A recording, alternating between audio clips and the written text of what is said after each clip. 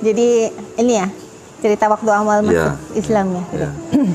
Ya jadi saya tuh waktu itu kan termasuk saya merasa saya tuh termasuk Kristen yang taat ya gitu.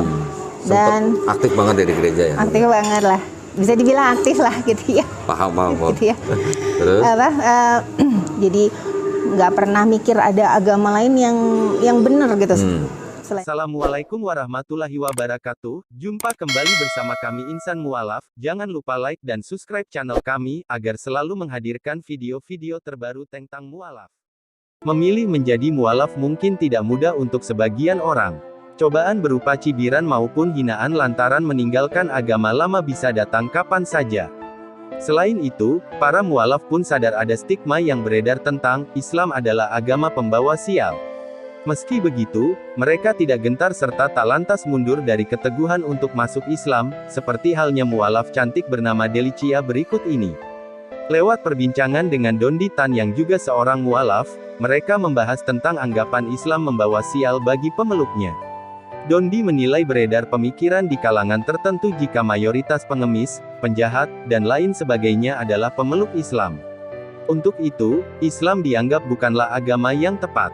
Berkaitan dengan hal tersebut, Dondi maupun Delicia memiliki jawaban menohok, ya karena Indonesia adalah negara dengan penduduk muslim terbesar di seluruh dunia, ya otomatis yang akan ngemis di pinggir jalan ya orang muslim, yang akan banyak masuk penjara ya orang muslim. Menurut dia, tidak bisa menilai baik buruk pekerjaan seorang muslim hanya dari keadaan di Indonesia.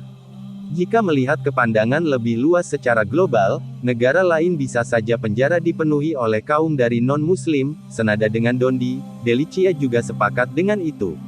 Baginya semua keburukan terkait Islam agama pembawa sial, hanya sebatas opini segelintir oknum. Kalau di luar negeri yang ngerampok itu orang non-muslim, kalau di negara lain mungkin umat lain. Itu hanya opini saja yang memberatkan. Sial atau enggaknya standar apa? Kata Delicia, ia sendiri telah membuktikan bahwa Islam bukanlah agama sial. Hidupnya tetap bahagia bersama suami dan anak-anaknya, serta karir Delika di bidang perhotelan pun berjalan lancar. Di samping itu, dia merasa agama Islam juga tidak kalah dipenuhi kasih sayang.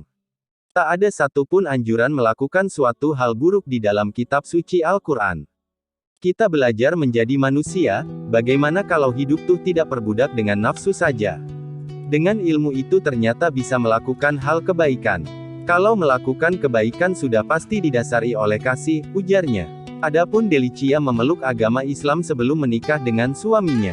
Dia dan pria yang kini menjadi suaminya dahulu sempat mempelajari agama satu sama lain. Mereka berusaha menemukan mana agama yang paling benar untuk dianut. Delicia adalah pemeluk agama yang taat saat itu.